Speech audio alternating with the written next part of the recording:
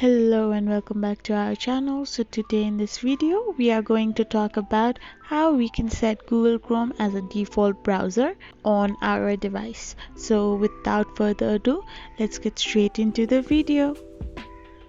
So first and foremost, we need to click on the settings option on our device, which will then lead us to this kind of interface. Here we need to scroll a bit and select the apps item.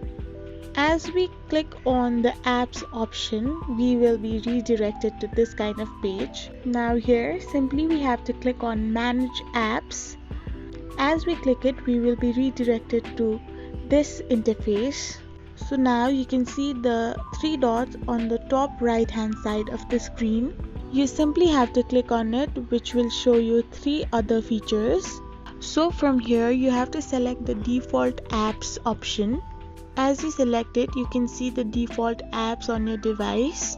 You have to click on browser. Now you can select any browser from it to be your default browser. However, as I only have Chrome, it is set as a default browser.